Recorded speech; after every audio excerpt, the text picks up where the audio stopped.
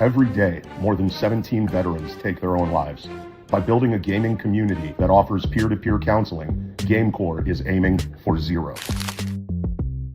Research shows that playing video games together offers social connection, stress relief, cognitive enhancement, and community building. On our Discord server, veterans, active duty service members, and supporters chat and game together. Some casual gaming sessions might only involve 2 or 3 people, while other events might include larger groups and be streamed on the GameCore Twitch channel. Most of the time, there is a GameCore member available to lend an ear to anyone who needs it. Join the Discord server. It's free. We are an inclusive community and we don't require anything of our members. If you want to be more involved, there are always opportunities to volunteer.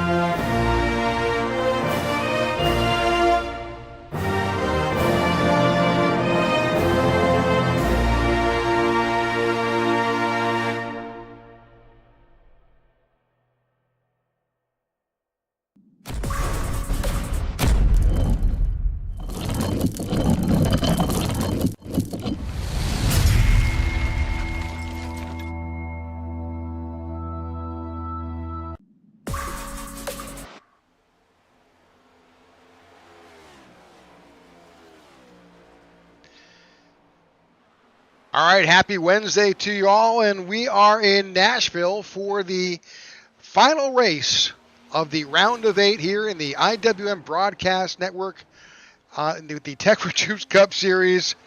Welcome. I'm Rick Souza here in the booth with John DeRugis. Man, it's been one of those days, John. It definitely has, and we're here in my hometown. I can hear the cars from the house as they go 3 wide at the front straightaway here at Nashville Superspeedway. Looking at a couple cars going around right now in turn 1, but excited to have you all on board for tonight's Xfinity 200. You got about 10 seconds left of practice. Qualifying is going to start just here in a moment, so going to be a good race, I think. Yeah, I think there's a lot on the line. We'll get to the standings in a minute, but it's a super tight race here in the round of 8.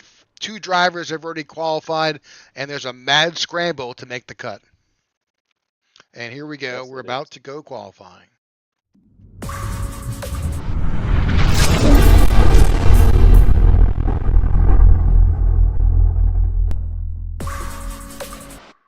All right, 25 drivers will compete tonight here in the Xfinity 200 in the Tech4Troops Cup Series. The final race before next week when we head to Phoenix to crown a champion. John, I couldn't be more excited because these guys have worked hard all year to get to these last 2 events. Absolutely. I mean, it's a years-long, work of art and technology and strategy and all the different things that goes into this series and goes into a ridiculously long 35, 36-week season. And to think that we're just, this race and one more race away from crowning a champion is quite crazy. It seems like it's been a long season, but also I can't believe we're already here with just 2 races to go, and we'll have a champion. So right now, looking at Walker Thomas, the number 1, we've seen him before at the top, not an unfamiliar sight to see in that number 1 car. See what he's able to do tonight. as he makes his way around this track. A lot of drivers like this track because of the drivability of it. It's not difficult, but it's not easy, and so it really suits a lot of these drivers' driving styles as we see John Ledger go to the top of the board. Yep, their first lap is a good lap. You're just going to get that one in. Your hot lap is going to be your second lap that's out there, and we'll begin to see times begin to populate as their round continues here in qualifying. This will be a night race, so the track will be cooler. We should have some good speed, some good grip. Should be a fun race. Yeah, it should be a really good one. Looking at Walker Thomas right now, still running some laps. Not a bad idea. Just to get as much, under these cars as you can. I think the big story of tonight, if you've been following the Tech4Troops Cup Series, again, round of 8, we are missing one driver who is part of the playoff champion series, and that's Matthew Wood. He currently did not make the field as far as I can tell. So that is the big story of the night here as these guys are qualifying. Yeah, I mean, that you can only make it to the championship 4 if you participate and win. So he's got just a little bit more time, Rick, before he'll be locked out of the session, right? He's not even in the session, is he? No, not in the. I don't see him anywhere in the session. So yeah, I mean that's a spot that is now anybody's to grab. Right. So why don't we cover that stuff now? Because qualifying ends in 2 minutes, we'll be ready to go racing. Let's cover the standings first. Yeah. Yeah, absolutely. Starting off with your points leader, and Wyatt Gray been up there at the top of the boards, quite often this year. So seeing him up there with Maxwell Caldwell, with Walker Thomas and Kyle Smalley sitting there, 4 points separating. And then this is where things start to get fun. Really, everybody below this isn't a must-win, especially Garrett Johnston, especially Andrew Pileshi. Matthew Wood, not sure if he'll be able to make it. He's in a must-win.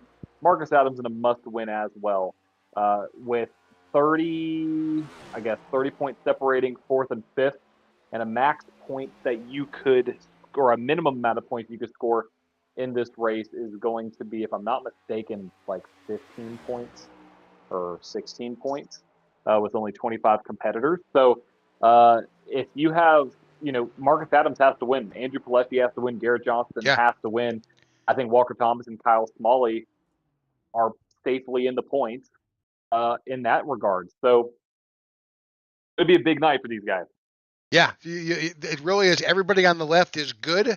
Everybody on the right needs to win, and that will disrupt everything on the left. Absolutely. All right, so with that, really the two battles we're looking at, if there's a new winner, really it's Walker Thomas and Kyle Smalley battling for that position. But if it's one of the guys on the right, those two guys, that 4-point delta is the whole race. So we'll see how it goes. So that's the standings, but let's also cover race info. Yeah, let's look at the race info tonight here. We are having about 150 laps. Sorry, I had to get a little bit closer to the screen. Goodness gracious. It's been a long day, like you said. 45 miles an hour down pit road, no quick repairs. 4 sets of tires, 1 in the car, 3 in the pits. 75% fuel, 68 degrees on track. A lovely day here in the greater, quote-unquote, Middle Tennessee area. Nashville Superspeedway. And 3 green, white checker restarts. Rick, it's going to be a fantastic event. I think this race is one that a lot of drivers look to come to because of the fact that it is clean, it is fun to race at, and we are about to have the starting grid for tonight's Xfinity 200. Last race, who's going to be able to lock them in? I don't think Matthew Wood made the race, Rick. Nope, he did not. All righty, so here's your starting lineup for tonight's Xfinity 200 in the Tech4Troops Cup Series. You have Marcus Adams on pole with Kyle Smalley starting in second. Jordan Weaver and Andrew Pileshi make up row number 2 with Walker Thomas and William Corinne making up row number 3. Row number 4 made up by John Ledger and Aiden Lucas. Row number 5 is made up with Justin Lewis and Michael Anthony. All right, in row number 6, you got Maxwell Caldwell and Luke Bullard. Row 7, Ty Bostic and Garrett Johnson. Row 8, Sammy Harrell and Roberto Ramirez. Row 9, Philip Van Nortwick, Aaron Jackson. And row 10, Austin Call and Greg Stone. In row number 11, you have Cody Sturgill and Todd Merkel, with row number 12 making up with Nathan Yarnell and Christoph Hall. And I believe we have one driver on. Maybe not. We don't have 25. Yep, David Watts. Yeah, David Watts. All right. I was like, I knew I saw 25. Got to shout out David there. Excited to see what these guys are going to do. Yeah, that's our starting grid tonight. We're waiting for everybody to join us. Interesting, who sits on the pole right now? Marcus Adams, going back to that standings list. He is below the cut line right there. He's on the pole. Yeah, I mean, Marcus has been, up front. He had a great start to the season, and we know he can win.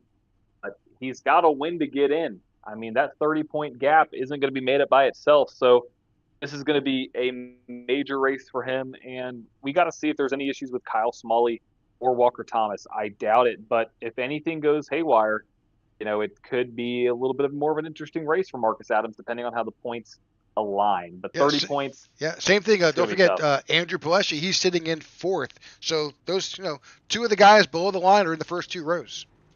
Yeah, I mean, it's a must-win. I mean, I feel like we're watching Martinsville all over again, where the bottom four have to win to get in, right? So right. It's shaping up to be that, which is fantastic for entertainment, as we see half the field going low and half the field going on the track. Okay.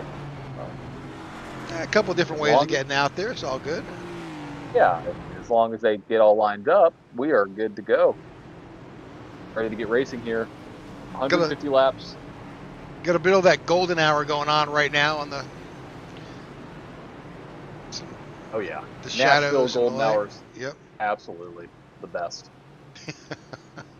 I'm very biased. Very biased. Just a tad. It's all good. Just a little bit. Also, love the two-tone right there, like the half and half of Marcus Adams on the 31. Love the Halloween scheme here in Halloween week. All right.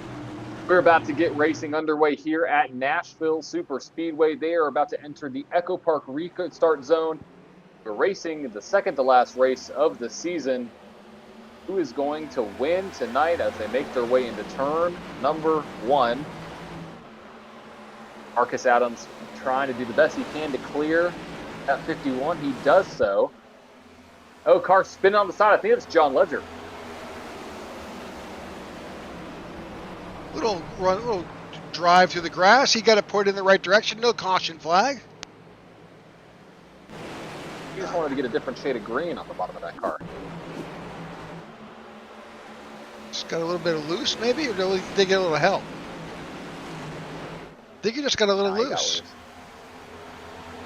Yeah, big bumps here. Yeah. All right, back up front. Going in the right direction. Yeah, back up front. Marcus Adams is out there. Kyle Smalley and Jordan Weaver side by side. Andrew Palesci sitting there back in fourth, watching what's going on in front of him, waiting for his spot. Of course, we've got just 148 laps to go. Plenty of time. Plenty of time to be able to figure out what your car can do, what you can do in this race. You can't win it on lap 1, but you sure can help your cause. Right now, Marcus is doing the best he can. Someone's spinning. Car sideways. That's William Corinne. I feel like we're watching the same thing over again. Yeah, it looks like there's a little bit of looseness in that setup. It's easy to spin that car out. Yeah, especially turn 2. Probably getting back on the gas is causing some issues for these Tech4Troops Cup Series drivers, as the car is on pit road already, right? It's Nathan Yarnell. He's got a he must have hit the wall or something, because he has got a meatball. Where did Marcus Adams go? He's gone. He's gone. There's a caution, but he's gone. Okay. I'm a little lost. Don't know what happened. So going back up, I got Nathan Yarnell going off track, and then a caution come out from Philip Van Norwick. So let's go one at a time here. So Nathan Yarnell wrecking. Let's find out what happened to Nathan. He's the one that I thought I saw on pit road. Ooh, contact right there. Big hit, and that has certainly damaged the 55. That car's got some serious left front damage, and so his night is done. Okay, and now let's go over to see just what happened with the 24. There he is in the back of this little line, gets a little loose here, tries to counter steer, comes back up the track. Oh, the back wheel spun a little bit too much, and he got a little sideways there and stopped, and that's what caused it. Now, what happened with the 31? He is not even in the race. I don't see him. No, I think he may have I'm going to assume he got disconnected. Oh, man.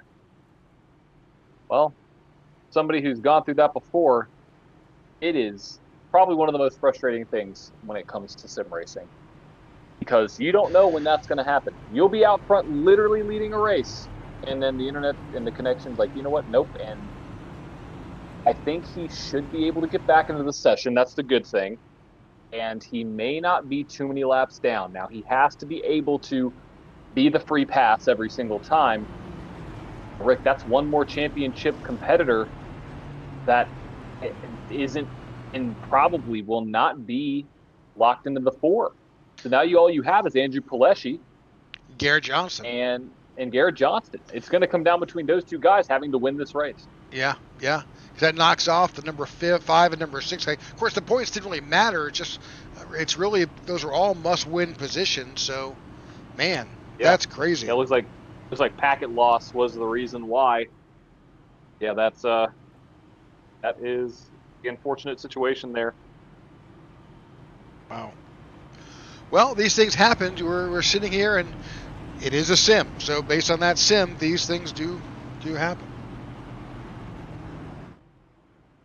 Well, we appreciate all of you who have tuned in tonight to the Tech4Troops Cup Series here on Wednesday nights. This season is coming to a close. We've got this race tonight, and again, our finale, which is next week. Tomorrow night, we'll be with the INRS Series for their finale in Phoenix.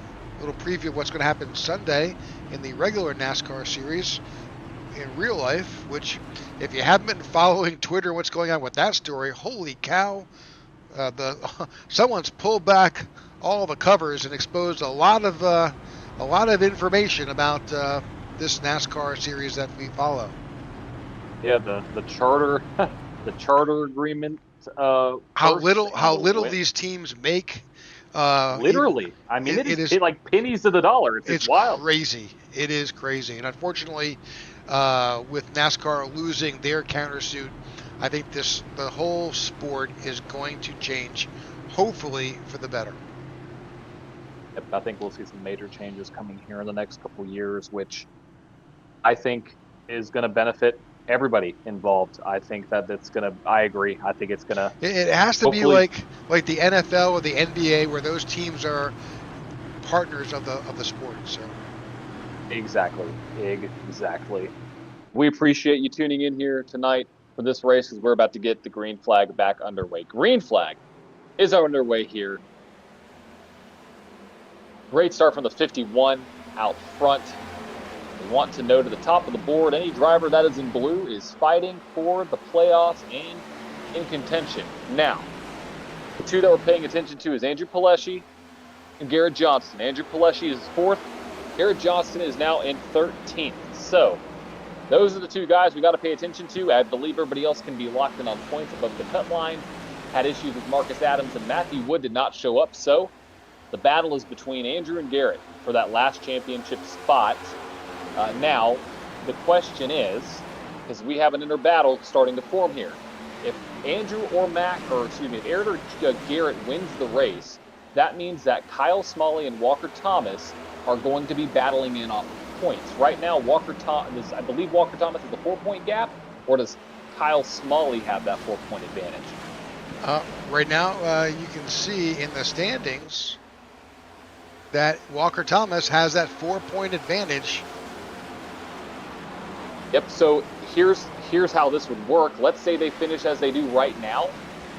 Kyle Smalley would technically finish 1 point ahead of Walker Thomas. Oh, car sideways. 5 is sideways through the grass. Looks like he collected it. That seems to be a standard. We're definitely seeing, coming out of turn 2, a lot of looseness with these drivers. Yeah, it's kind of wild to watch. But with that standing, though, if Kyle Smalley or Walker Thomas wins the race, both of them are locked in, right? If Andrew or Garrett wins the race, only one of the drivers between Kyle Smalley and Walker Thomas are locked in. Then it becomes, can Kyle Smalley finish at least 4 positions higher than Walker Thomas? I guess 5 positions, technically. So, a lot of battles going on, but we're going to update that as the race goes on. Yeah, and it's interesting. What gets even more interesting is both of those drivers are teammates. Yeah, I mean, I think the job is clear. If one of them wins, the other one's locked in, right? So yeah. It's almost like, how hard are you going to race your teammate? Knowing for the better of the team, you can lock yourself in. Talking about some team orders here, and team orders are never an issue in motorsports. So we'll see how that plays out as the race goes on. But right now, Kyle Smalley is first, Jordan Weaver second, Walker Thomas, Andrew Pelesci, and Justin Lewis make up top 5, with Aiden Lucas, Luke Bullard, Maxwell Caldwell, Michael Anthony, and Sammy Harrell taking up the top 10. Garrett Johnston is currently in 13th position. Marcus Adams, I'm just hearing, has rejoined, so he's back in it. Yeah, he'll be like 7 laps down. It's going to be really tough. Yeah. No, it says he's still out. Sorry. Okay. Yeah. So 2 drivers are out. Nathan Yarnell from that wreck that we saw him tagging that inside retaining wall, and Marcus Adams being disconnected for packet loss. So those 2 drivers are officially out at the moment. But you're right. There's, there may, you always hope that there's not a lot of cautions that may occur in a race. But if you're coming back in and trying to make up 5, 6, 7 laps, that's your only way to make up that time. Yeah, and the thing you got to pay attention to too is, like, you have to be the lucky dog, right? You if you have a car that's even 2 laps down and you're 4 laps down, that driver that's 2 laps down will always get that spot, right? So it's going to be very interesting to see if he. I mean, it's over really, I think, for his championship hopes. I don't think there's really any other way unless we get a long laundry list of cautions, which I don't think we're going to get. Nope. But we are 10% into the race here, and Kyle Smalley is doing what he has to do to solidify his spot and lock both of his teammates into championship 4. They're just doing a little bit of calculations here, because fuel economy always plays a factor.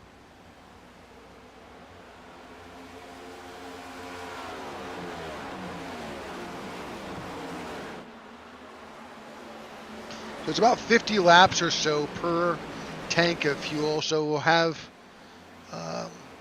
2 stops, one at lap 50, one at lap 100, and then approximately. The drivers could stop or change. Their strategies could be different based on how they're saving fuel. Every driver is different on their ability to save fuel. So, yep. Field's beginning to spread out a bit here. Just 18 laps in, and this is one of those tracks where I guess this is really an intermediate track. It's not a short track. It's 1.3 miles long. And it's one of the few tracks that's a fully concrete surface, so it takes its toll.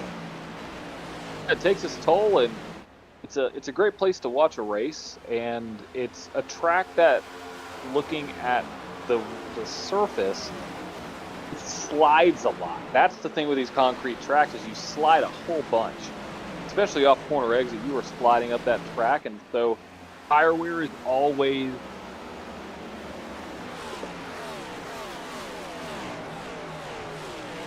tire wear is always an issue. So looking around the track, we'll start from the beginning, just talking about each driver.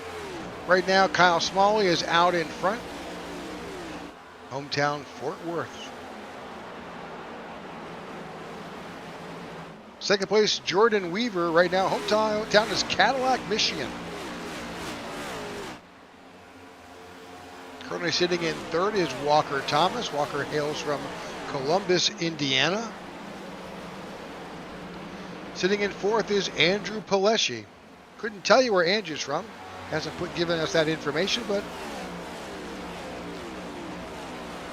5th place, Justin Lewis. Justin is also from Columbus, Indiana. Aiden Lucas is sitting in 6th from Oakley, California. Sitting in 7th is Luke Bullard from Rockingham, North Carolina. In 8th, Maxwell Caldwell from Murray, Kentucky. 9th is Michael Anthony from Burlington. I don't know, John. Would you say Burlington, Vermont? Burlington, North Carolina? Not sure. And Semi Harrell showing in 10th. That is in Sumter. No, that's in Sumter, South Carolina. Ty Bostic is in 11th. Ty is also from Rockingham, North Carolina. Roberto Ramirez is in 12th. Not sure where Roberto is from. Cody Sturgill in 13th. Cody is from Indianapolis, Indiana. Garrett Johnston, 14th. Kansas City, Missouri. Austin Call is in 15th. Austin is from Spring, Texas. William Corinne is sitting in 16th from Rockingham, North Carolina. Aaron Jackson in 17th from Ashland, Ohio. And John Ledger, Boston, Massachusetts. Philip Van Nortwick in 19th is from Plattsburgh, Virginia, I believe. Maybe. Could be wrong. Todd Merkel, Dearborn, Michigan.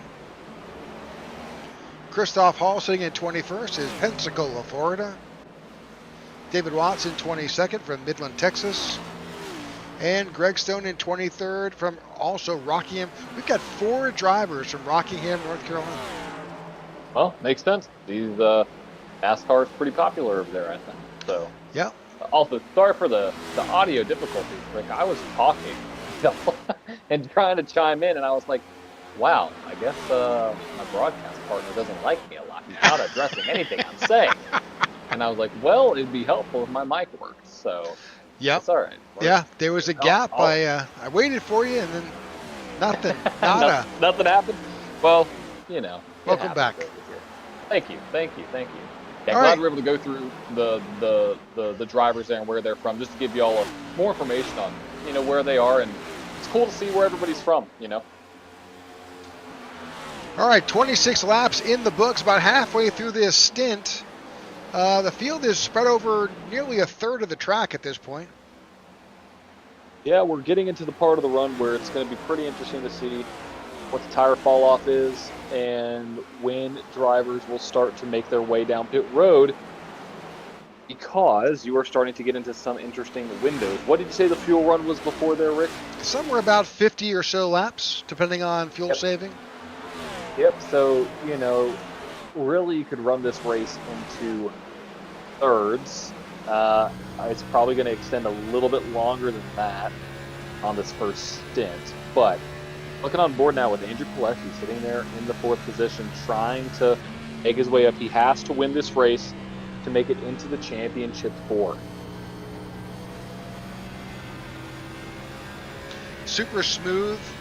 I'm looking for shifting. So there is some shifting from 4th to 5th. That's actually going to, especially he's using the engine to act as a brake to kind of slow down the car.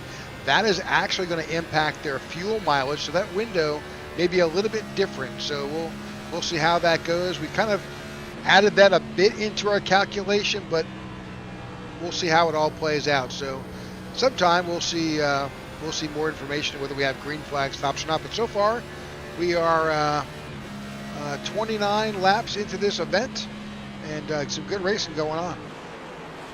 Yep, some pretty solid racing, and it's exciting to see the drivers that are in the championship performing well. It's all about who can execute, and they're here for a reason. They're in the playoffs for a reason, and seeing where they are now is pretty cool. It's pretty phenomenal driving. So, looking at, let's see, what is the gap information from first to second? Can you pull that up?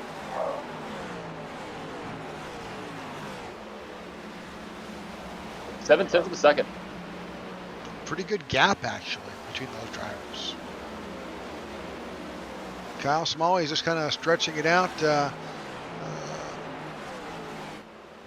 Really from first to 20th is just about half a lap.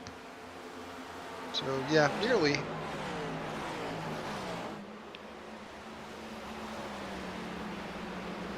Yep, that's about half a gap right there, or half a lap gap, and it looks pretty average. I mean, almost equidistant gaps between first and second, second and third, third and fourth. Yep. So they're all kind of in a line here. And really, when we're looking at the lap times, take a look at the last lap times. You can see there's not that much separation. It's only about 4/10 off best time right now. So the fall off after 33 laps is less than half a second. That's pretty amazing, actually. Yeah, you can see that some of them dip down into 29s right there. And what that tells me is this track is getting a little bit cooler and the track state is changing. If we see a lot of drivers start to have that happen where it's low, I mean, looking at first through 13th, I mean, they're separated by roughly 2/10. That tells me the track is starting to cool down just a little bit. Yeah, you see the 29 again. These drivers are running some 29s, which is great signs for the track state and for this racing, because that means the tires can last longer. So right now the track temperature is only 70 degrees. It's super cool, 66. Relatively humidity level is pretty high, 94%. So pretty sticky in Nashville at this time. But the most important factor is that concrete track is super cool. So that is really going to make it, the wear is going to be less, and that's why you're seeing these great times. Yeah, I mean, it's pretty interesting to see what clean air can do. I mean, Kyle Smalley has consistently ran in the 29.9s over the last, I don't know how many laps, right? But Jordan Weaver is running slightly slower, about 0.07 of a second slower the last couple laps. So we'll see if that trend continues here. See right there, he ran 200 slower. So a little bit of dirty air causing some issues for these guys, I think, a little early on. But we got pit stops coming here in roughly about, I say 20 laps. I say a little under 20 laps. We'll see some guys making their way down. I think most of these guys are looking to say, hey, I got to get it to 50. If I can get 50 out of it, I can do it with one more stop if we stay green. Now, the difference between the start, the first round, is that you do have the pace lap, so that takes a little bit of fuel to get around at that, and that chews it away. When we go under green flag conditions with green flag stops, they don't get the best mileage because they're slowing down and they're accelerating off.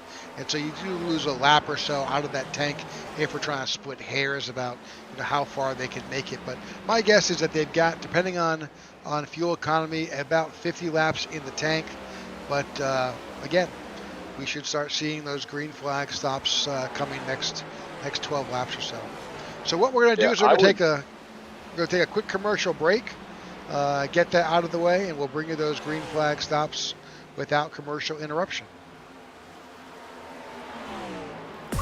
Hello, my name is Jack Raymondson. I manage business development here at Tech4Troops, and I'm my second year with this amazing veteran nonprofit owned and operated by veterans for veterans. I served in the U.S. Marine Corps as an amphibious assault crewman from 1992 to 1996. I also served in the U.S. Coast Guard from 2002 to 2007, joining after 9/11 as an operations specialist, then serving as an instructor at Coast Guard Training Center, Yorktown. I also spent many years as a first responder volunteering as an EMT and fireman. I'm here at Tech4Troops because I believe in our mission to empower veterans and their families with the gift of computers and technology training, as well as our outreach to help curb veteran suicide while providing a safe and meaningful community where veterans are treated with respect and dignity. We are aiming for zero veteran suicide through gaming and other program opportunities. We help veterans regain a new sense of purpose and help them see they have a brighter future ahead of them. It truly is an honor and my pleasure to serve my fellow veterans and help give them a leg up. 2024 is Tech4Troops' 10th anniversary year, and I ask that you help us support our veterans and their families with a computer donation and or greatly needed financial contribution, so we can help every last veteran in need. Together, you and Tech4Troops can be change makers. Thank you.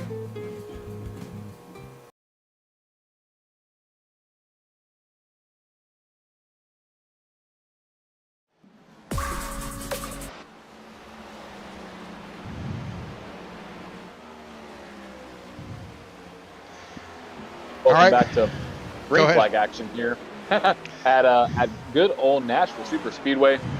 I think we're about 10 to 12 laps away from some green flag stops, first of the night. And to continue what we were saying before the break, looking at this race and looking at the fuel mileage, I would want that last run to be as short as possible. So I'm going to try to extend this first one as long as I can go. And what that's going to do is that's going to at least give me some laps going into the last segment of this race, where if we need to have some tires, or excuse me, some fuel for a green-white checker, we have that in the bank. We don't have to worry about it. So it's actually kind of a good thing that there was a caution, because you can run this first little stint long and be able to have some gas saved up for that last stint. Absolutely.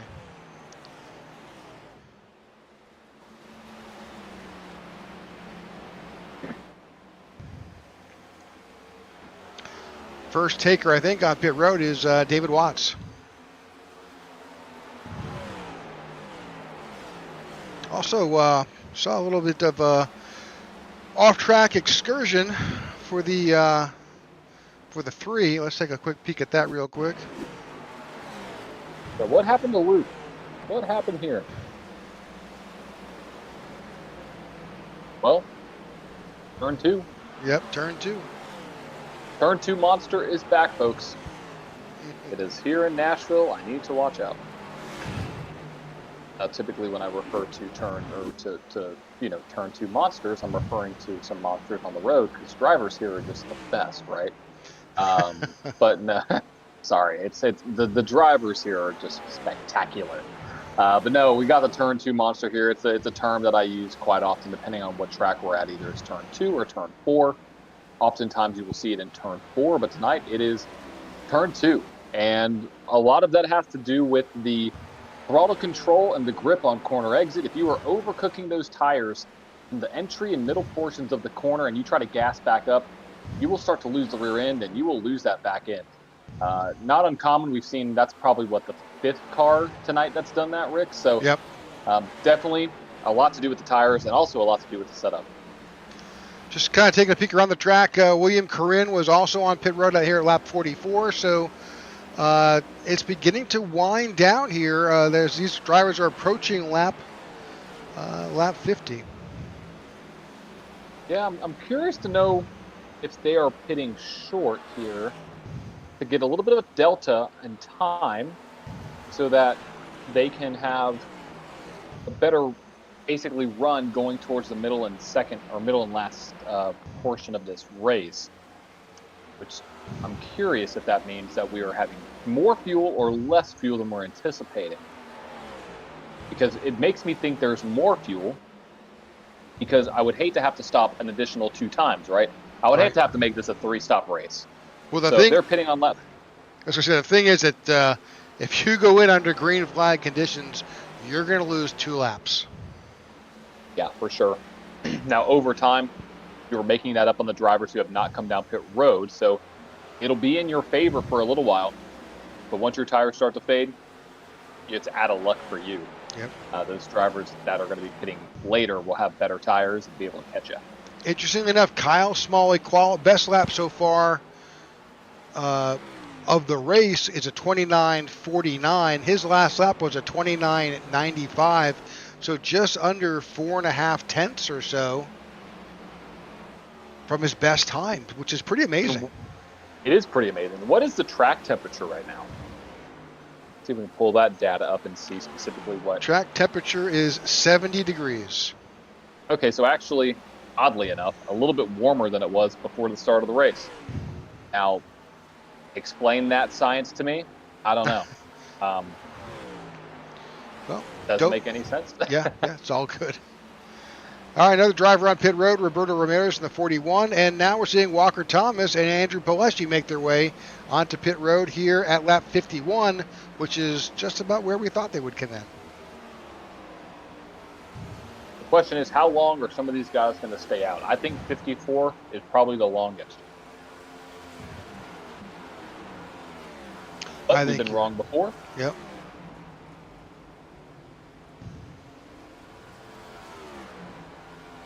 There should be a full stop with 4 tires. Kyle Smalley now on pit road. Yep, that is a big chess move right there. All the cards are on the table now.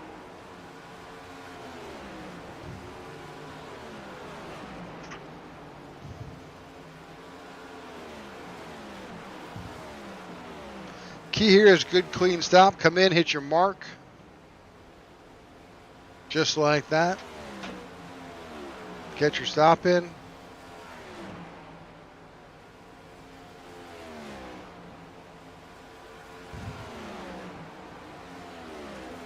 And good to go. Pretty clean stop for the 51. As we see Jordan Weaver still going around. So we are on lap 53 for these guys. See when they'll come down pit road.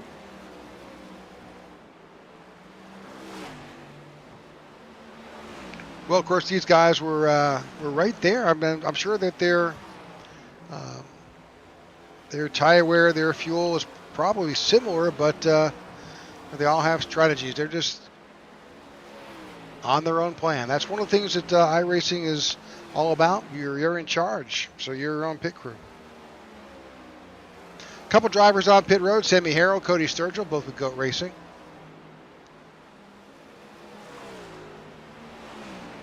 Let's see, is the zero going to come in? No, he's going to stay out. So we know we can go at least 52 laps. Yeah, Aiden Lucas on pit road. Yeah, they're on lap 55 at this point.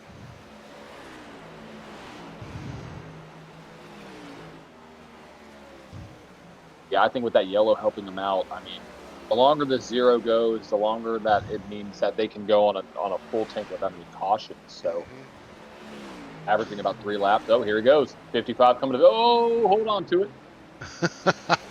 Jordan Lewis dirt tracks it in, as well as Justin Lewis in the 7, both on pit road, as well as a 3 of Luke Bullard making his way down.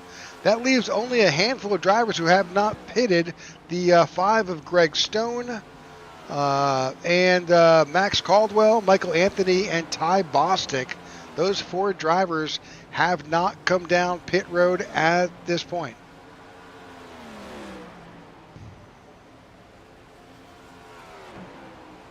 So that tells me one of 2 things. One, they're just running longer intentionally to make up a shorter run on the back end, or they've been better at fuel saving.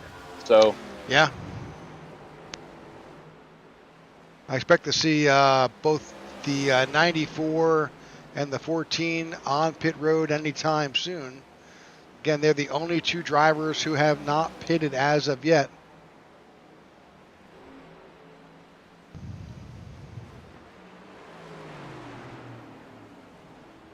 Oh, he's coming a little hot. A little hot. Got to slow down.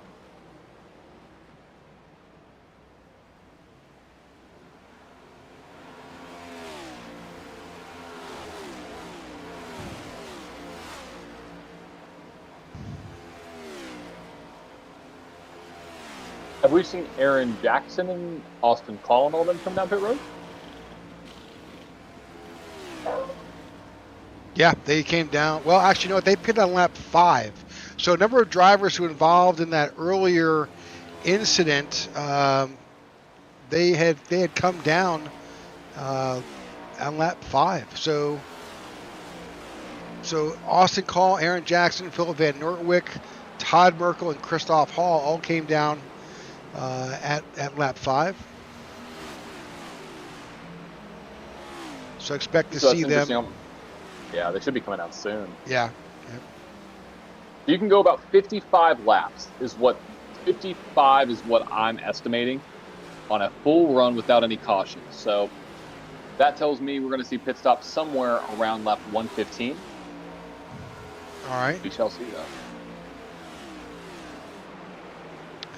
So the guys out front right now, Austin Collier and Jackson, Phil Van Nortwick, Todd Merkel, and Christoph Hall all came down at lap 5. So right now they're out in front. In fact, here comes Christoph Hall. He's coming down pit road. So these guys are due pretty much around lap 60, which is where we are at the exact moment. So they should be down momentarily.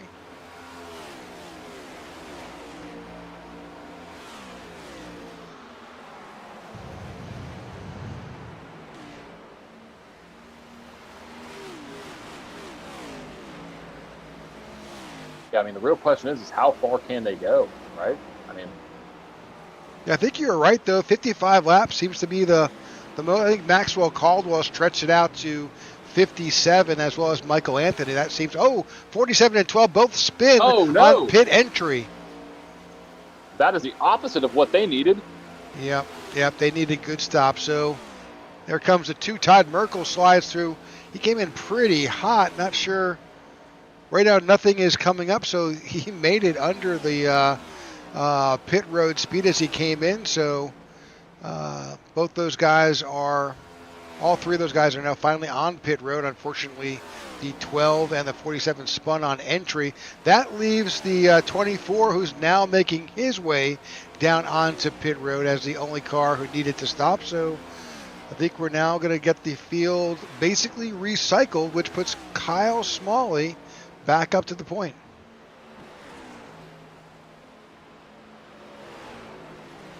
That 51 car is quick. But watch out for the 0 behind him.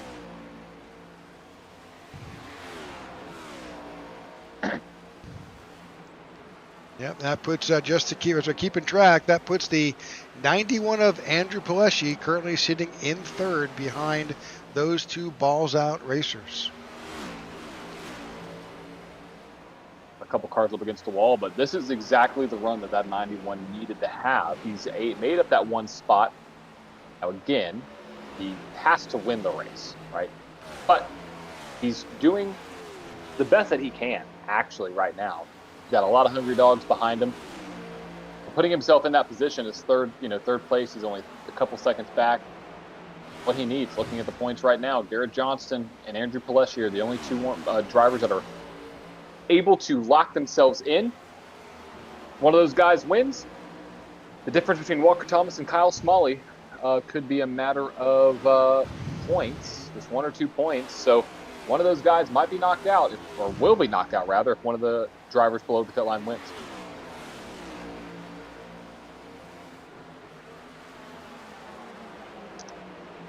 All right, again, we thank you for tuning in to the IWM broadcast of the Tech4Troops Cup Series, especially those who have joined us on a regular basis here on Wednesday nights, whether you just enjoy sim racing or you have family or friends that are racing. We certainly do appreciate it. If this is your first time or you haven't made the commitment to subscribe to our channel, we certainly would appreciate you clicking on that. And, of course, we've got just a handful of races, barely 3 races that we've got on the broadcast schedule. There is a 4th race coming up in November. We've got a true 500-mile event coming up November. Gosh, let me bring that date up here. 23rd? It's Sunday, the 23rd of November. That is a memorial race that we've got coming up. It's a 500-mile event. I believe it's at Talladega. It is at Talladega for sure. So there won't be any racing on, any NASCAR action, that is. So come on out and support the broadcast and cheer on some of those drivers that are racing in that event. Always a good time. That race is sponsored by Jimmy Crow. He does a lot of paid events, so his sponsorship of a race like that tends to bring out some of the best racers. It's the 4th annual Ryan Sadowski Gobble Gobble 500. It's got 3 9-lap heat races to start, and then 188 laps for the event itself. And again, it tends to bring out the best of the best sim racers that are out there. There's usually some good points. There's usually some good money for the winner, but again, it does go to a good cause. So for sure. And we're not saying that they're the best just so you can come out. I mean, it is some of the best super speedway racers that I have seen. And I've been on iRacing for 13 years now. Holy wow, that makes me feel a little old. But we'll see 3 wide and 4 wide racing like right out of the gate. It's crazy. And the whole time too. Oh, car spun on the inside. No, that's not Richard Petty. That's Sammy Harrell. That's looks like a Richard Petty colors there on the apron there. It looks like he regathered that back up. But yeah, so it is genuinely some of the best super speedway racers that I've ever seen. And so it pulls out an amazing, amazing driver turnout. And you're talking drivers with like 6, 7, 8, 9,000 iRating. It is absolutely a beautiful event. So make sure to tune in on November 23rd. And that start time is when, Rick? It'll start in the afternoon around 2:30 p.m. and it's over when it's over. Yeah, it is 500 miles of Talladega, so. Be a long race for us in the broadcast booth, but we should have a number of guys in the booth, maybe 4 or 5 different, at least 3 or 4 different voices bringing you. Oh, caution's out. Look, Bullard. Oh, man. More on the backstretch, I think. Oh, yep, he's stopped. Could be that like same problem we had before. That darn monster. Turn 2, did it again. He didn't listen to me. I told him to stop. He didn't listen.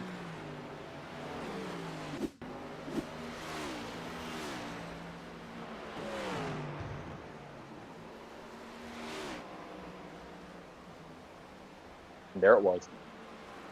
Yep.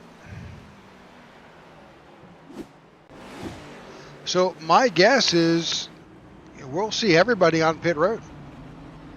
Yep, everybody will still have to make one more stop, but everybody will be on pit road.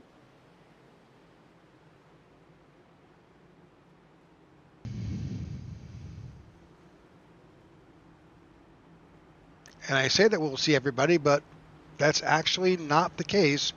Both Maxwell Caldwell, Michael Anthony, Austin Call, Todd Merkel, those guys chose not to come in. And I think the strategy play there is you have to pit once either way, right? Do you think the tire advantage is going to be great enough when it comes to the track position advantage that they've gained? So they're valuing track position versus valuing fresh tires. Yeah, I don't see the advantage the tires have made so far, so it may just hopping off fuel. I mean, granted, they did take, not everybody took tires. For example, Aiden Lucas came in. He just took fuel, as well as Walker Thomas and Cody Sturgill.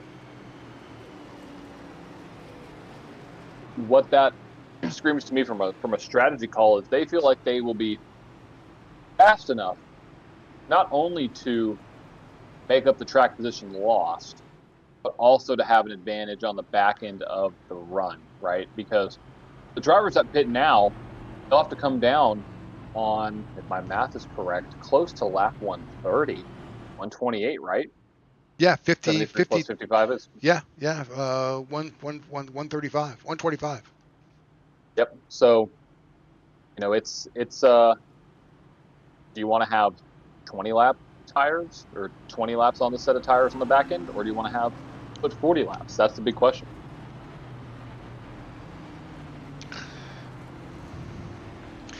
Well, just about to the halfway point here in Nashville at the Nashville Superspeedway. Again, the last race in the round of 8, trying to actually figure out just who will be running for the championship in this year's Season 6 Tech4Troops Cup Series event next week in Phoenix. Right now, 2 drivers have locked themselves in, Wyatt Gray and Maxwell Caldwell. Those yet to lock themselves in but are close are Walker Thomas and Kyle Smalley. The only thing that could change it is a disruptor, and that would be Andrew Pileshi or Garrett Johnston. Those 2 guys could really change the face of the event. Right now, Andrew Pileshi is sitting in 11th, and Garrett Johnston is sitting in 12th.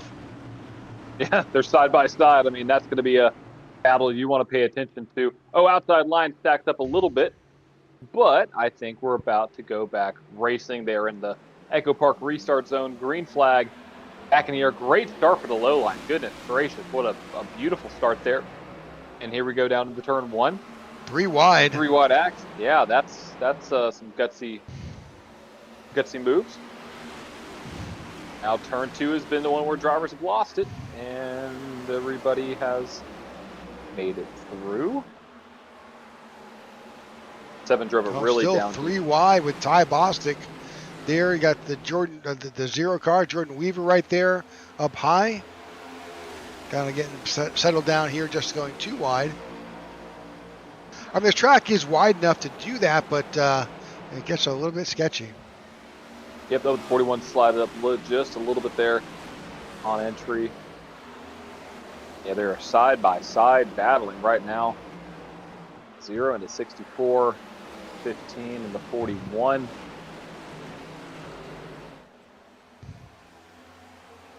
As we see the 51 trying to make his way through the field, battling side by side with the 7 of Justin Lewis as we speak. Got a little bit of a hornet's nest right here. A lot of tight racing. Oh, 51 got a little tight. Yeah, Andrew Pleshy was behind him, and he moved up to get away because 51 got a little bit bogged down there. Yeah, as we see. Oh, big move from the 7. Wow. 34 had to get out of the gas. 7's loose. Oh, he's wrecking. Whoa.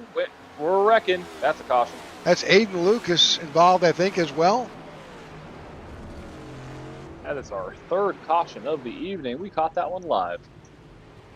Not that we want to see any incidents happen, but it feels good when we catch it live because you can see it in live action and kind of cool to watch it when you see it live from the camera. It looks like the 7 just shot up the track. Yep. I have to go back and take a look at it, but get loose and overcorrect. I think that's exactly what happened. He's loose. He's still trying to fix it. It's not really happening. Hang on one second. I think he may have gotten a little help. May have gotten. Yeah, that's exactly what I was thinking.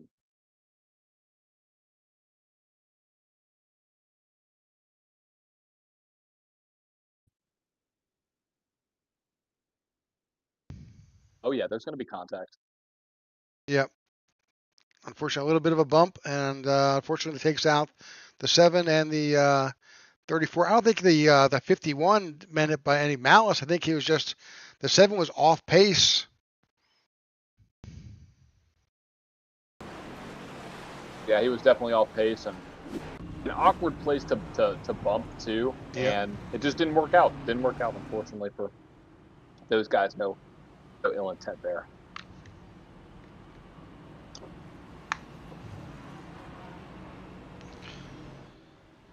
John Ledger gets the free pass. He's a lucky dog. All right, well, just our 3rd caution of the night here at lap 79, just past the halfway point. We're going to take a quick commercial break. We will be right back.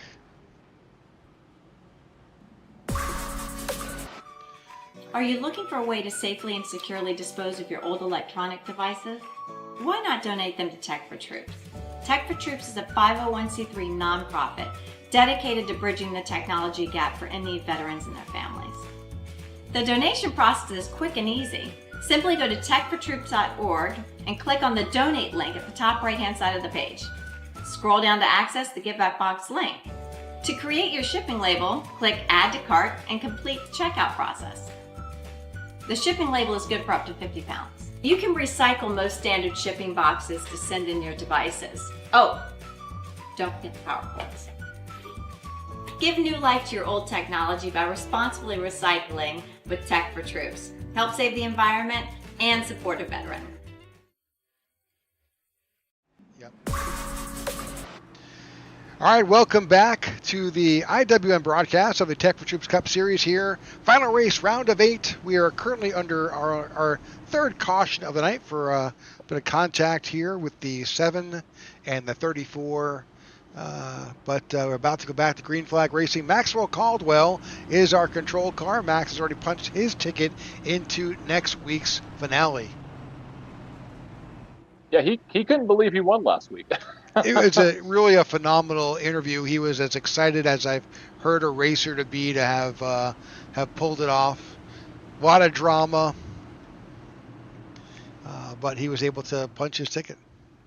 Yeah, it's really cool, even though it is a simulation and um, you know, everybody's competitive, right, out here. So it's when you do that and you can win and have that in the second to last race like he did and win in that fashion at Talladega. I mean, the adrenaline is extremely high. So still shout out to the 94 for winning last week at Dega. Here we go. Green flag is back out in the air now.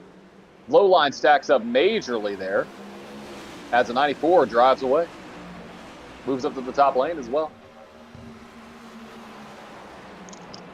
Looks like the 98 of Christoph Hall is also retired for the night. Just 3 drivers out. Oh, we're wrecking in the back. We were wrecking in the back. Big wreck. Big wreck. 41 of Roberto Ramirez involved, Cody Sturgill, and Sammy Harrell involved.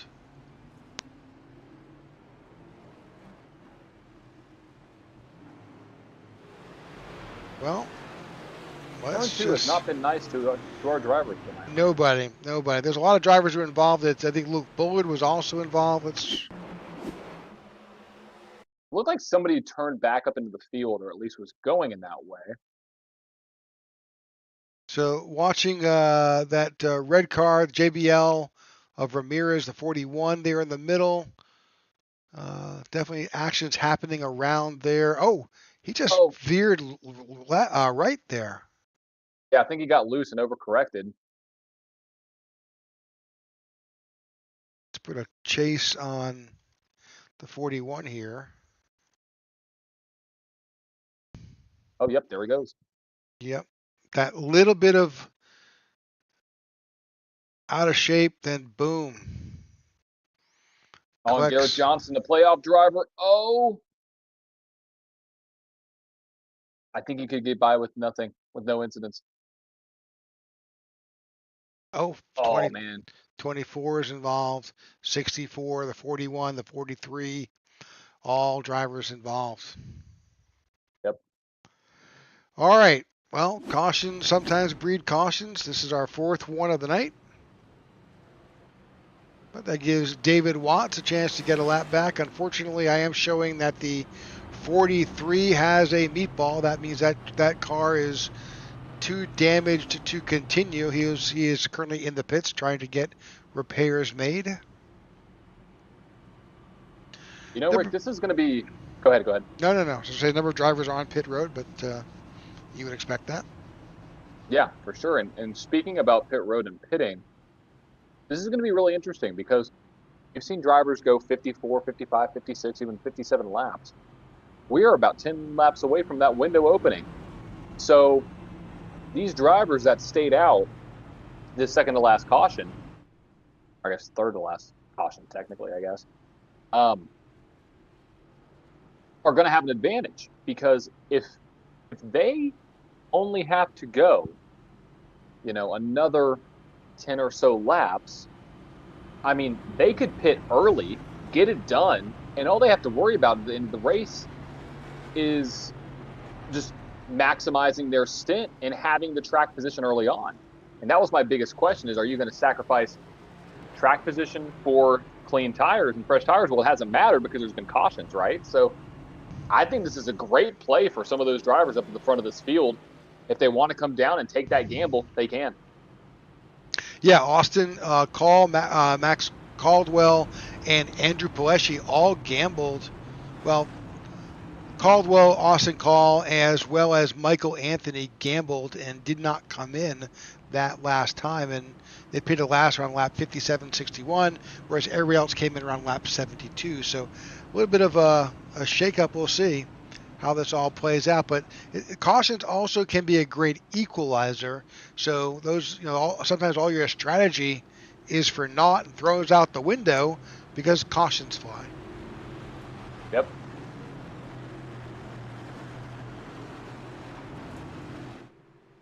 We'll see what happens here on this restart, but things are looking good for that 94. About to be in the Geico. Gosh, I did it again. Echo Park restart zone. Green flag back in the air. I just can't get that little green dude out of my head. He's always there. Darn. Yeah, the So, 47 got a good jump, and actually is going to be the in the best position here, unless that 94 can drive around him. he had a great run off the corner. The 94 did, able to put alongside. And this is where that high line is going to come right. Whoa, 47 dropped off majorly, or the 94 just drove it really deep into the corner. Maxwell Caldwell takes control of this race. But watch out on the outside. The 91 is there. The driver who needs to win tonight to lock himself in is now going to the low side. And we have a new leader tonight. We do. Paleshi's going to slide job. He got it done. Oh. Winning to get in. A little bit of drama happening right behind him, though. See, the 47 has slipped back all the way to 6th. Yeah, I mean, it looks like that car just fell off a cliff. But you're right, the 91 takes over the lead. 91 will completely upend the point scheme if he is able to win this race. Yeah, and what that does is the 51 and the 1 are like hooked together at the hip right now. So nothing would actually change in the order.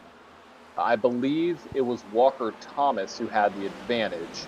Yes, so by Walker 4 points. Thomas, yep, so the 4 in would be, or the last 2 in would be Paleshi and Thomas if it finished like this, because there's just not enough points that the 51 of Kyle Smalley can gain just because of where that 1 is running on the track. Yeah, in this league, it's not just about bragging rights. If you're able to be successful and win this championship, there is some dollars involved. Absolutely. All right now, lap 89, Andrew Paleshi, one of those must-win conditions, is out there currently leading. He has got, you're coming up to lap 90 here. He has got 60 laps to go to punch his ticket into the playoffs. Now, this is putting my crew chief and strategist hat on. We've seen those cautions that have bred other cautions, right? But once this field gets strung out, it gets pretty strung out, and we don't see anything. I would be entertaining pitting here in the next 5 laps, because what that does is that forces everybody else's hand. Now, while the tire difference is not there, you will have no other pit stop that you will have to make. I would actually make that gamble that there's not going to be another caution. And what that does is that you pit from the lead, you have that track position, you will more than likely come out the leader on the back end of these pit stops because the guys behind you are battling like crazy. So if I was a leader, I'd be pretty interested to see if he pits here a little bit early, or if he goes out and tries to pit as late as he can. Mathematically speaking, Andrew Paleshi pitted last on lap 72. With the cautions that have occurred, you know, he should be able to go to at least 125. So Yeah, fuel-wise, cautions, he could kind of ride it out. You know, once he gets past lap 100, he could pit any time. Yep.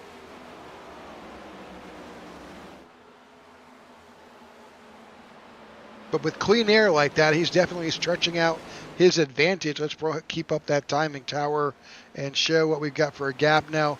Clearly nearly a full second, about 8/10 of a second over second place, Maxwell Caldwell. Took the 34 of Aiden. Took the 34 of Aiden Lucas, went for a little jaunt into the grass on a turn 2. and Kyle Smalley's doing everything in his power to get around the 94 of Maxwell Caldwell. That's a battle I think we need to pay attention to right now. It's a 4-car battle. Maxwell Caldwell, Kyle Smalley, Walker Thomas, and Michael Anthony. I mean, they have been battling tooth and nail. Now, keep in mind, those are teammates, the 51 and the 1. So, but they're still battling for that last spot, right? Yeah, the 94's already got his win. He's going, so he doesn't. You know, it doesn't really matter much to him. Although, let me just go back, take a quick look at something real quick.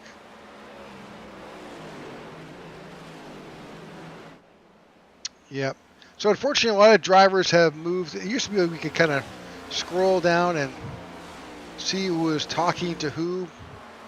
Fortunately, we can't see their Discord.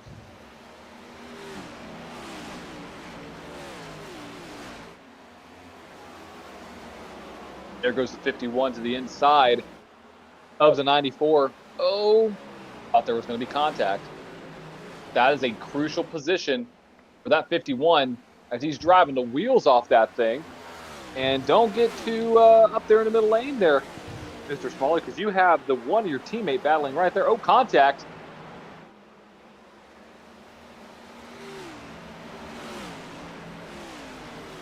There.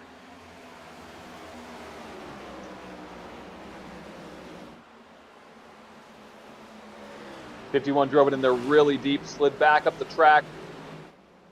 He is not clear. Oh, the one sideways. Here comes, I think that's Michael Anthony into the battle. Yeah.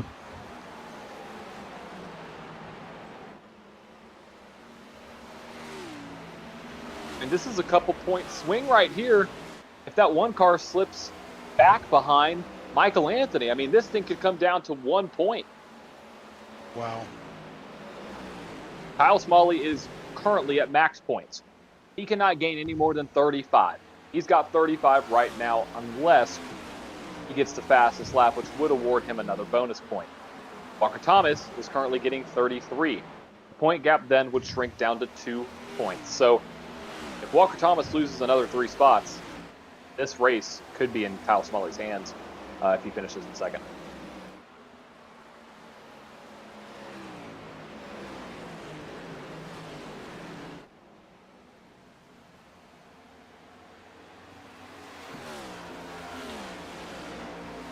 All right, coming up to lap 100 here with Andrew Pileshi out in front.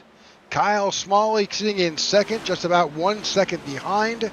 Maxwell Caldwell in third, Walker Thomas in fourth, and Michael Anthony in fifth.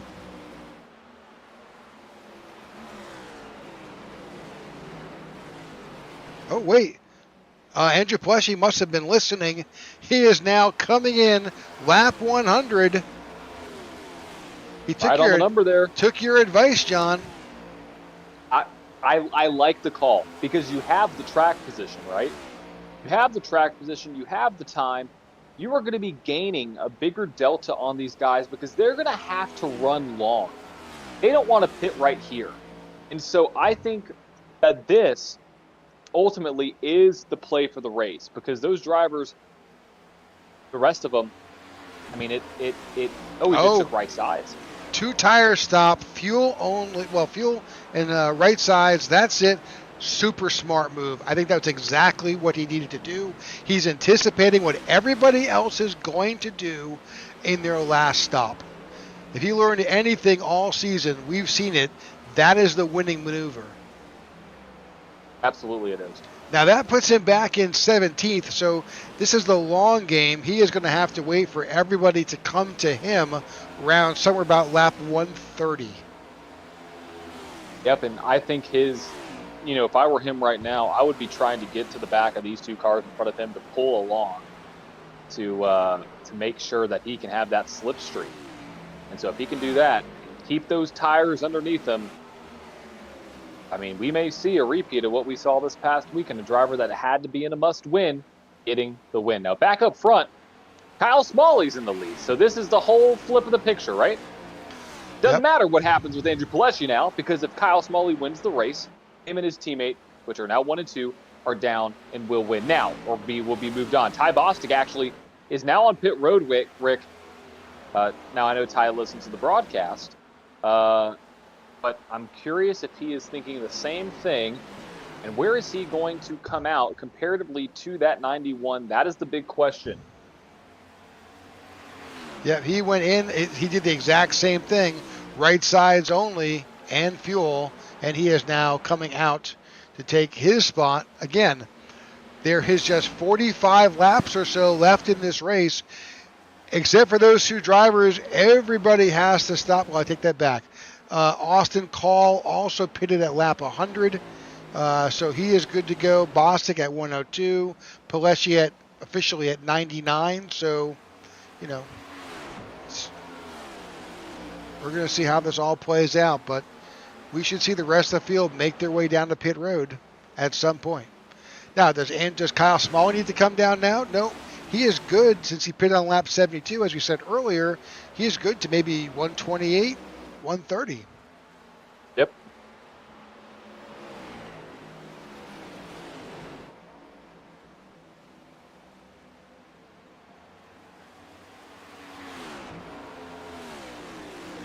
This is going to be extremely interesting down the line. What is going to happen? You know, like what is this going to look like? Yeah, we'll know more around lap 130. Yeah, certain circumstances may change the whole complexion of this, right? So, caution flies now. Oh, I see. I didn't want to say it. I said circumstances. Well, yeah, but call it what it is. If caution flies now, that really changed it. Those guys who came down early, they're going to hope, they're going to stay out. But do they get their 2 laps back? I don't know. But there's Phil Van Nortwick down pit road. Number of drivers who have retired: William Corinne in the 81, Cody Sturgill, Sammy Harrell, Christopher. Unfortunately, a large group of goat racing drivers are no longer in the event. That's 3. Sturgill, Harrell, and Hall are out. So Nathan Yarnell, that was a wreck. And as well as Marcus Adams, unfortunately a playoff driver, out due to the internet, unfortunately. I see Luke Bullard dropping like a fly, Rick. What's happened with Luke? He on pit road? Yeah, he actually went off track. And let's go back and see just what happened to watch the 3 here.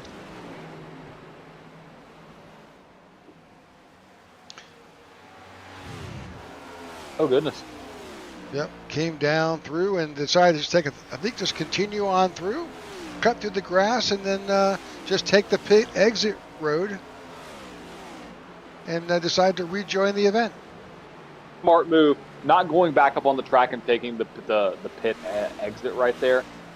A+ craftsmanship and sportsmanship there, knowing that if he went back up the track, he may come back up in front of somebody. Just goes to show you Luke's knowledge and his race craft and what he thinks behind the wheel. So great job there. But that was one of the first times we've seen a driver, I guess a couple times, get loose out of turn 4. We've seen it twice, but turn 2 has been the culprit. So looks like these guys are pushing a little bit harder and trying to get more out of their machines.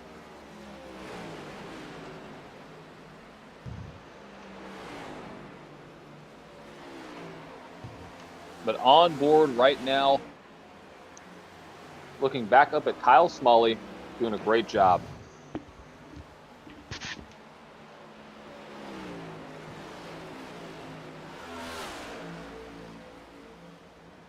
Kind of running through your top 10 right now. Kyle Smalley, and that's David Watts hits the pits. You have Kyle Smalley in first, Walker Thomas in second, Michael Anthony in third, with Jordan Weaver in fourth, Maxwell Caldwell in fifth, Greg Stone in sixth, Todd Merkel in seventh, Garrett Johnston in eighth, Aaron Jackson in ninth, and John Ledger sitting in P10. Now the gaps are starting to become a little bit more, a little bit greater here. Walker Thomas and Kyle Smalley, the gap between first and second is 9/10. The gap between second and third is about 9/10. The gap between third and fourth is 7/10. The gap between fourth and fifth is about 6/10. Then the big gap here, gap between Maxwell Caldwell and Greg Stone, looking at 4.5 seconds. So the top 4 have really separated themselves tonight, as you can see up in the top right-hand corner of the track map. And right now, just enjoying this 51 out front, doing a great job, mastering this race. Now, keep in mind, Andrew Paleshi should be the leader once these pit stops and the cycle rolls around. So that is going to be the big question, is when are these guys going to make their way down? We've seen a handful of drivers already do so. When will those leaders start to come back? My guess is sometime in the next 15 laps. I believe that would probably be my guess as well.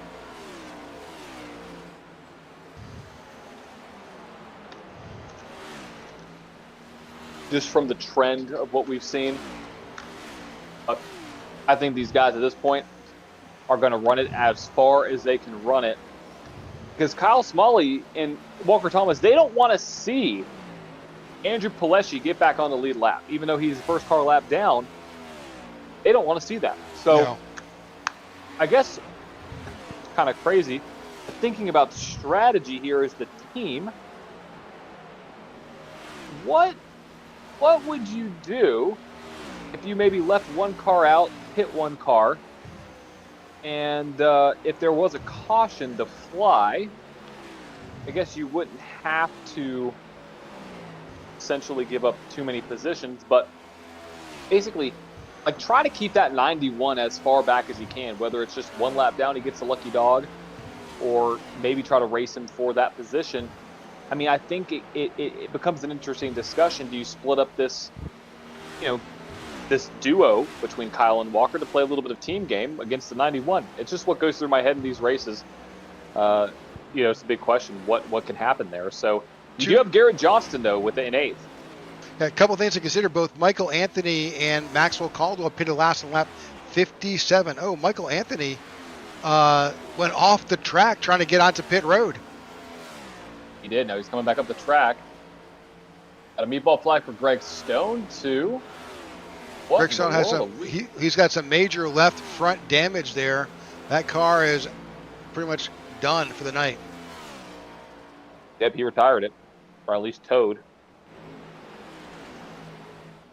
So Greg Stone, he's got some serious damage on the 5. He's maybe done for the night. We saw Michael Anthony. He's back on the track. So maybe he wasn't trying to come into pit. Maybe he just got loose. Maybe. Oh, he's doing it again. He could not get onto pit road. Wow, and he stopped. Oh, this might bring out a caution. I don't know if it will. No, he towed to the pit. Okay, I was like, whenever you see a car stop on track, it is a big question mark with iRacing. Do they throw it or do they not? And they decided not to. Here comes the 94 down pit road. He was able to successfully egress from the racing surface and make his way down onto pit road. I mean, it's tough. It's tough when your tires are old.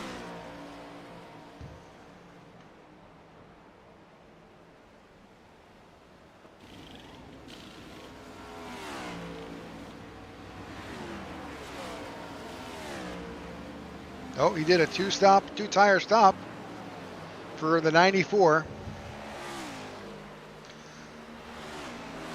So back up front, Kyle Smalley continues to lead. He's due pretty much any time now on pit road.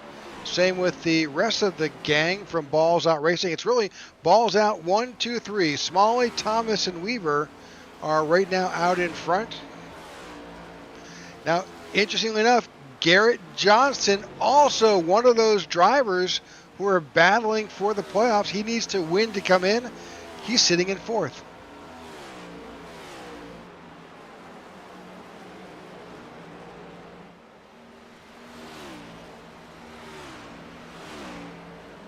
It's going to be very interesting to see. Yeah. Oh, Kyle Smalley making his way on pit road. Walker Thomas did not come in, but the guys we're watching, Garrett Johnston and Andrew Pileshi, the only two guys that know the only way they can get in the playoff race, well, they'll be in the race, but the only way to be in the race, the championship, is to win. They're now sitting in 3rd and 9th.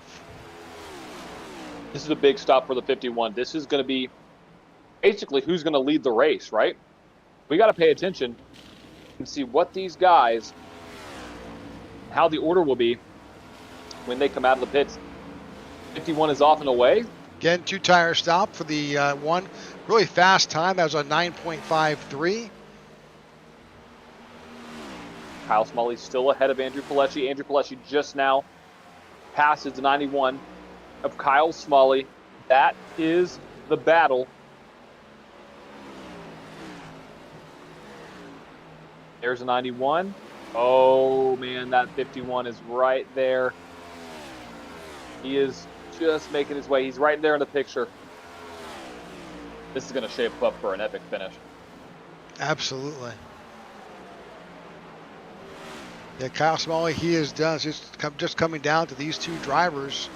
Of course, he's going to be 25 lap better tires or 23 lap better tires on the 51. Walker Thomas is due in, as well as Jordan Weaver, Garrett Johnston, Aaron Jackson, Luke Bullard, and John Ledger, all due on pit road. Those are the only drivers we expect to see. Also, I think Roberto Ramirez is due, but for the most part, looking at these guys up front, they're due any time now on pit road with just 25 laps to go.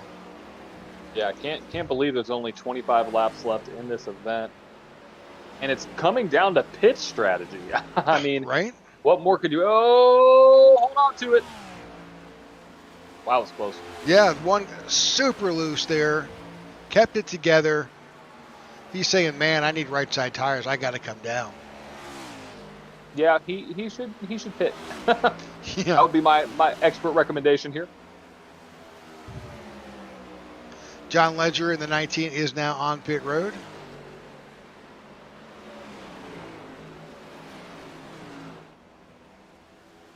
Looks like he doesn't like our recommendation. He was just going to stay out there. Nope. Now, he does have the fuel to do so. So he's playing the long game. Yeah, he can go, well,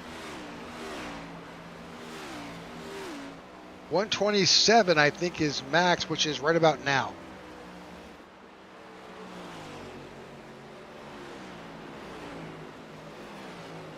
But we've seen these guys all season long. Some of these guys are masters, and I give it to Walker Thomas and these guys with Balls Out Racing. They've been able to really squeeze a lot of laps out of these tanks. They have. The question is it going to pay off? I mean, there's something to also say for the back end strategy, right? If you just to bring this back up, the 51 has made it around the 91. Oh man. Well, not entirely surprised by the tire delta, but the 91 is still there. Yep. It's not over. It's not over by any means. So looking at last, let's go back and take a look at last time by. Just look back, so you can see the 51. His last lap was a 29.386. Pileshi 30.036. So really, that's 2/10, and that was a delta. So Jordan Weaver now on pit road. That leaves Walker Thomas and Garrett Johnston. And for that matter, Luke Bullard and Aaron Jackson out still, who have not come in.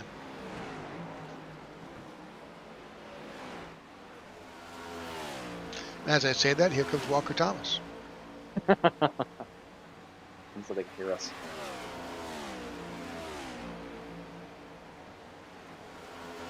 All right, so this is going to be very interesting to see where he will come out in comparison to his teammates, or his teammate. Now, I will have to say, Garrett Johnston is leading the race. I don't think he can make it on fuel, but if a caution comes out here, what do you do? Well, he'll have to go. He'll have to come in anyways. He cannot make it all the way. He pitted last on lap 82. If you assume 50, that's 132. Plus another 5 or 6 laps, let's say 140, he's going to be 10 laps short in this race. I mean, what's the delta between him and Kyle Smalley right now? Do we have that delta up? Yep.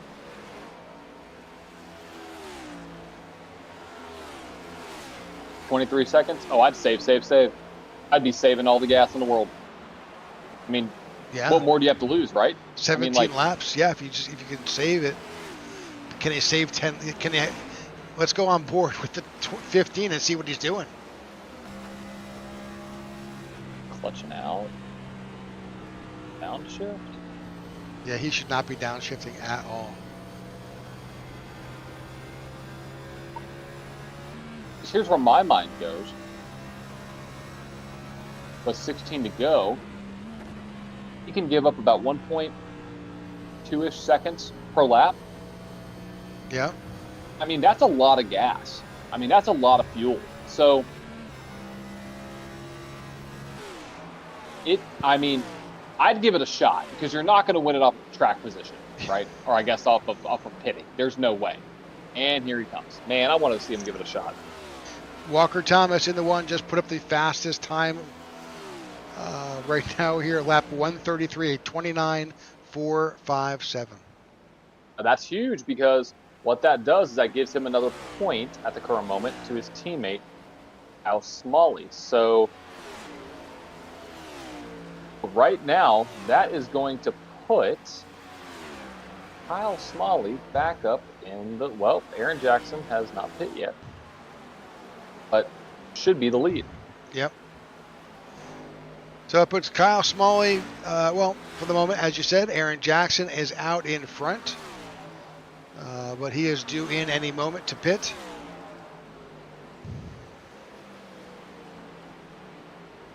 So Kyle Smalley and Andrew Pileshi, you know, if you're driving and you can see the guy you've got to get around in front of you, that is such an advantage.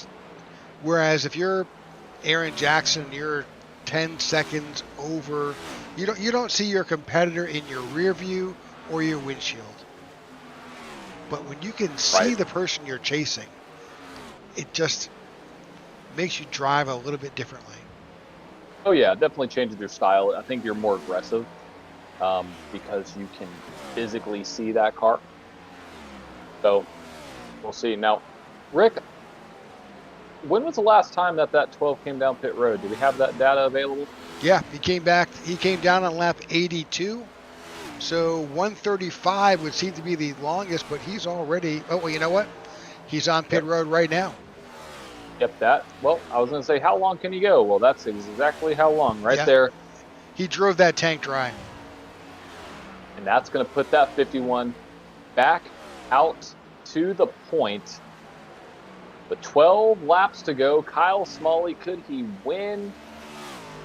Really, not only lock himself in, but lock his teammate in as well. That is what is at stake here. Because if one of them wins, they're both in. Yep. If Andrew Pileshi wins, well, someone's not going to be happy. So, looking as it's standing right now, that's a 1.5 second gap with 11 to go. You have the tire advantage to the 51. Really, lap traffic that could affect it. Yeah, the thing is, if Kyle Smalley doesn't win the race and it goes to Andrew Pileshi, he knocks himself out of the playoffs. Yeah. It's come down to that. So it's a win and you're in. That's all of that. I mean, really, for Kyle it is, actually. Yeah, for Kyle he has to win because if not, it's going to go to Andrew Pileshi, who has driven his butt off tonight. Sitting in third is Walker Thomas, and Jordan Weaver sitting in fourth.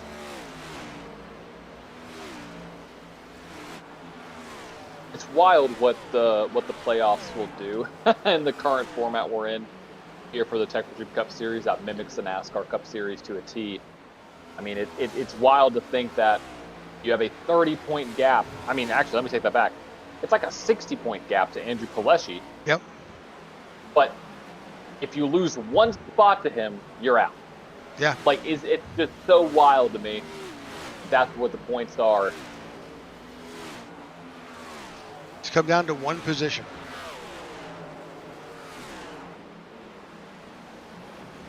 '51 kind of working his way back through traffic with just 9 laps to go. The 91 is really letting it all hang out. He just had a little brush with the safer barrier coming out of 4, trying to find a way to get up. He's got about just nearly 2 seconds between himself and the first place of Kyle Smalley.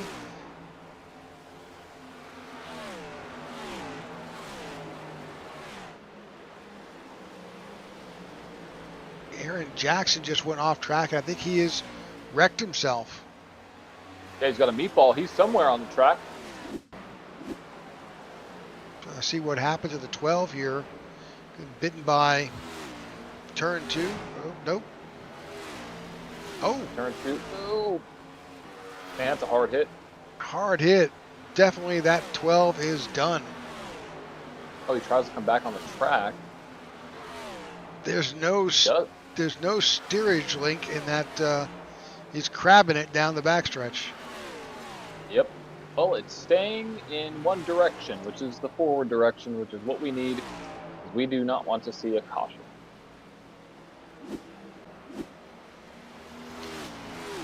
All right, back to live here. Kyle Smalley leading over Andrew Pileshi by 2 seconds. 6 laps to go. This is make it or break it moment for the 91. Win and he's in, not and he's out. At 5 laps to decide that. And I mean, what a drive from the 91. I mean, doing everything that he needed to do, Yep, right? Everything right. Absolutely everything right as best he could, but sometimes it's just not enough.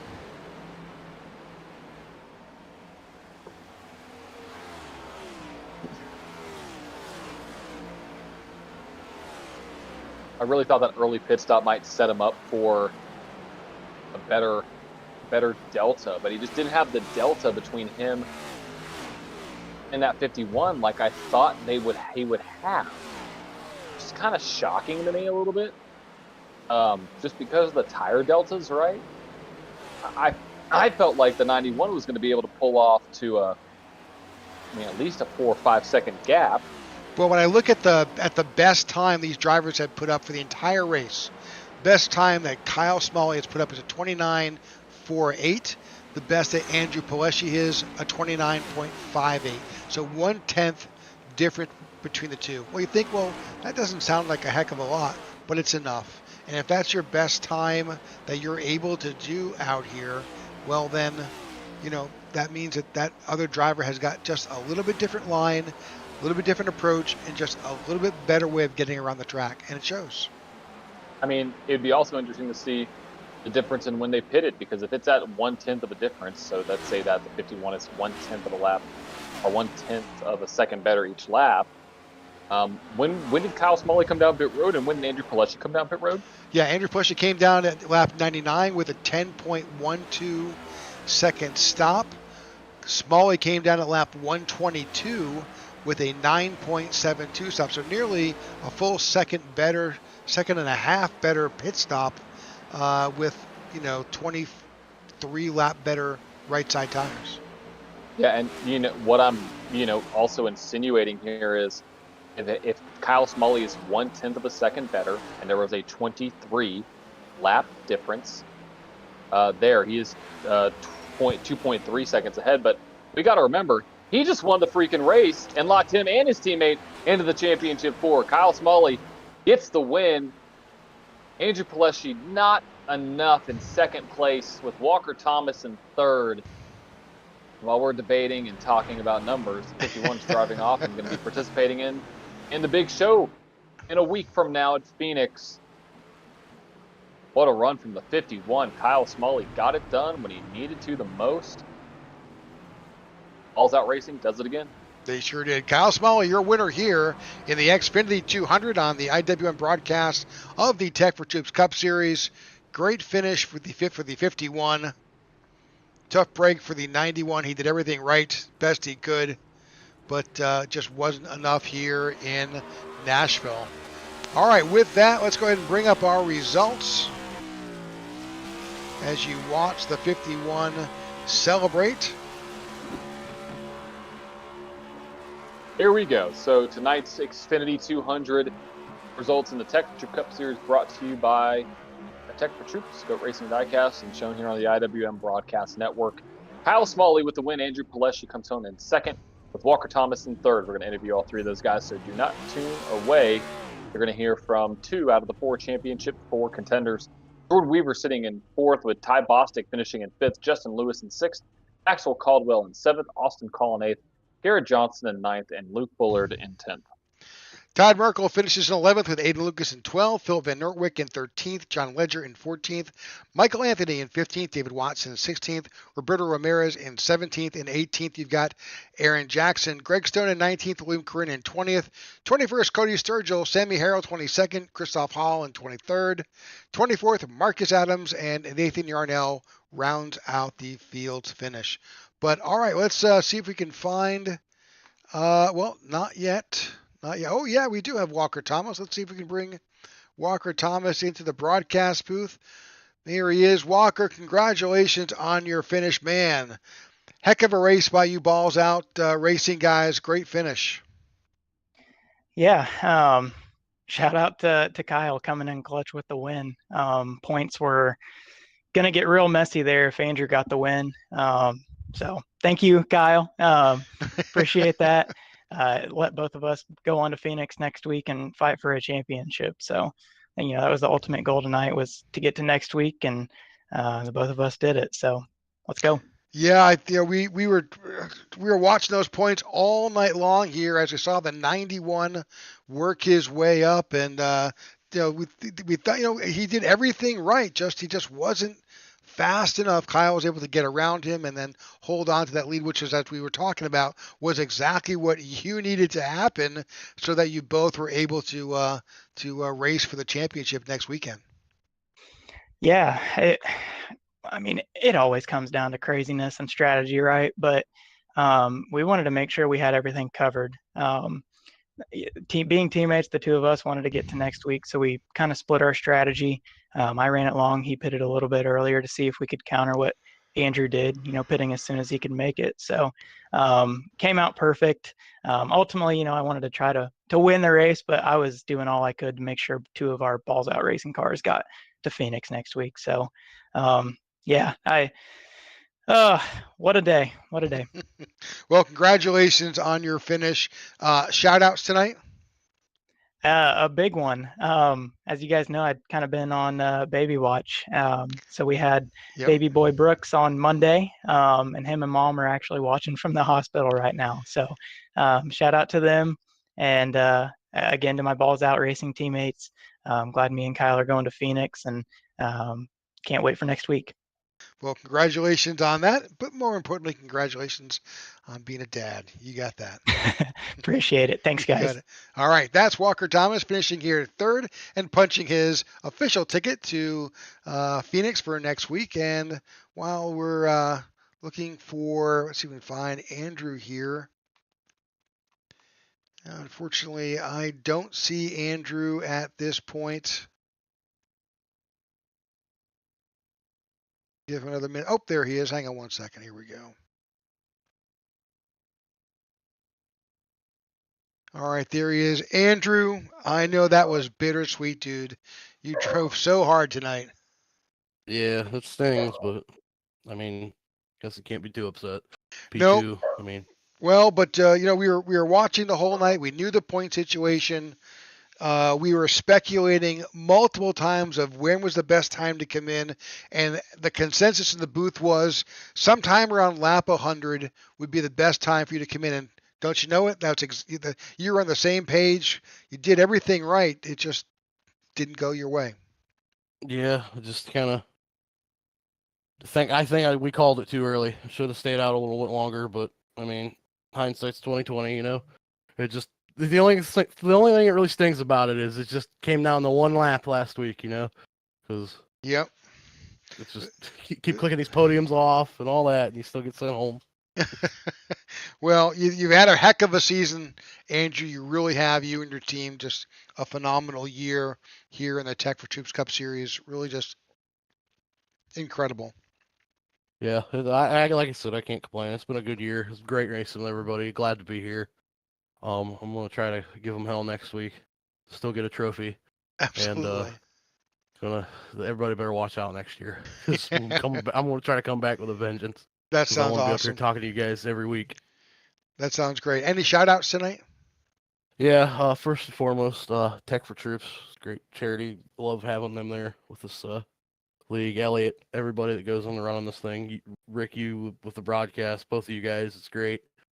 All my competitors, like I said, we fought tooth and nail all season long to make it, to win this next race, and couldn't ask for a better group of guys to do it with. So, and Well, my teammates, all the 1320 guys, Max, Justin, Austin, Todd, all them boys.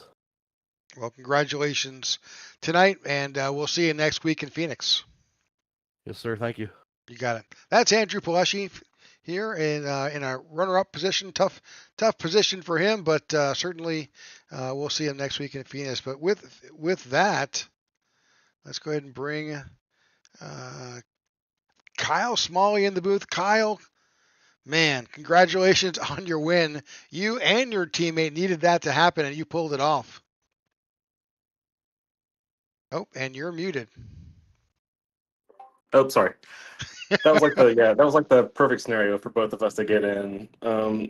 Yeah, I've never driven so hard. Like I feel like those last 50 laps were all qualifying laps for me because I knew Andrew pitted from the lead, and for some reason on these tires, like after 10 laps, it's just they didn't wear anymore. So it's like we were just running 30 flats the rest of the race. So I felt like if he pitted and took tires and then like got an advantage from that, then he was going to be out in front of us. But luckily, I took 2 tires for once and it worked. Yeah, But, that's the same thing that we saw that strategy for the last round of pit stops. Andrew did the exact same thing. Came in. Andrew believes maybe he had come in maybe a little bit too early, but this is a people say this is a there are big things, but no, this is just like a matter of inches here. It's a tenth here. When you came in for your pit stop there, those little differences were able to make a huge difference on the track. yeah, like I feel like the top 10 all ran the same laps after 10 laps. So I knew that when I pit and took 2 tires and I ran my fastest lap. So I was like, wow, I need to take advantage of this. So that I think those next 5 laps is what got me past Andrew and then secured me the win. Yeah, here I'll give you some quick figures. Your last lap was a 30.08. Paleshi's was a 30.05. Thomas was a 30.15. Jordan's was a 30.10. You guys are all within, hundredths of a second of each other. Yeah, that just shows the talent of this league and whatnot. I mean, it's been a lot of fun racing with everybody this year. Well, it certainly has been fun to have you guys. It's something that we've looked forward to each week, and also just so you may have not seen this yet, you won the cleanest driver award tonight. Sweet, I'll take the $10. Always need it. There you go. All right. Well, congratulations on your win tonight. Obviously, we'll see you next week in Phoenix. Any shout outs tonight? Yeah, everyone at Balls Out Racing, of course, and a special shout out to Walker for becoming a new dad this week. So it's always cool to have another dad on the team. You guys for broadcasting, Elliot, Tech4Troops, Elite Designs for always making us look good.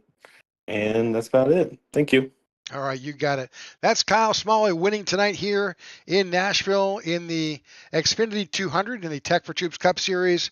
Kyle punches his ticket into next week, which leaves us with Wyatt Gray, Maxwell Caldwell, Kyle Smalley, and Walker Thomas competing next Wednesday night in Phoenix for the Season 6 Tech4Troops Cup Series Championship. Yeah, make sure to tune in. It's going to be a phenomenal race. Excited to see what the Champ 4 are going to bring because Phoenix is such a unique track. None of the corners are the same. It's like a triangle with odd corners and a dog leg and something I don't even know. It is such an interesting track, but make sure to tune in next Wednesday for the final race there, and make sure to tune in tomorrow night for the last race of the INRS series at Phoenix as well. Same time, same broadcast network. All right, folks. Thanks again for tuning in. Thank you to Tech4Troops and Goat Racing Diecast as our sponsors. We'll see you tomorrow night, and then next week for our final official race of the season. Good night, folks.